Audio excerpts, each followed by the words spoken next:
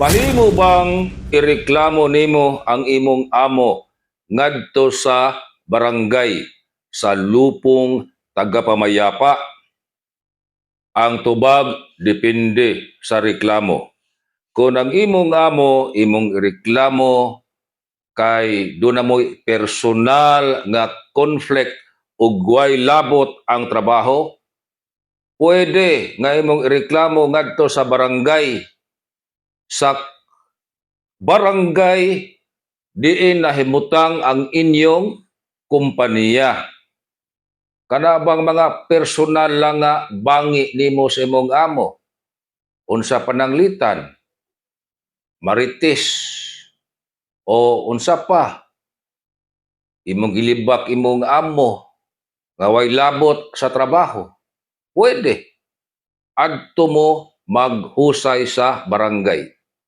Pero ang mga reklamo nga purely related sa panrabaho, panalitan, wa ka mahatagi sa imuhang sweldo, o ikaw illegal nga gi-dismiss sa trabaho, wa nay jurisdiksyon niana ang barangay o ang lupong taga pamayapa.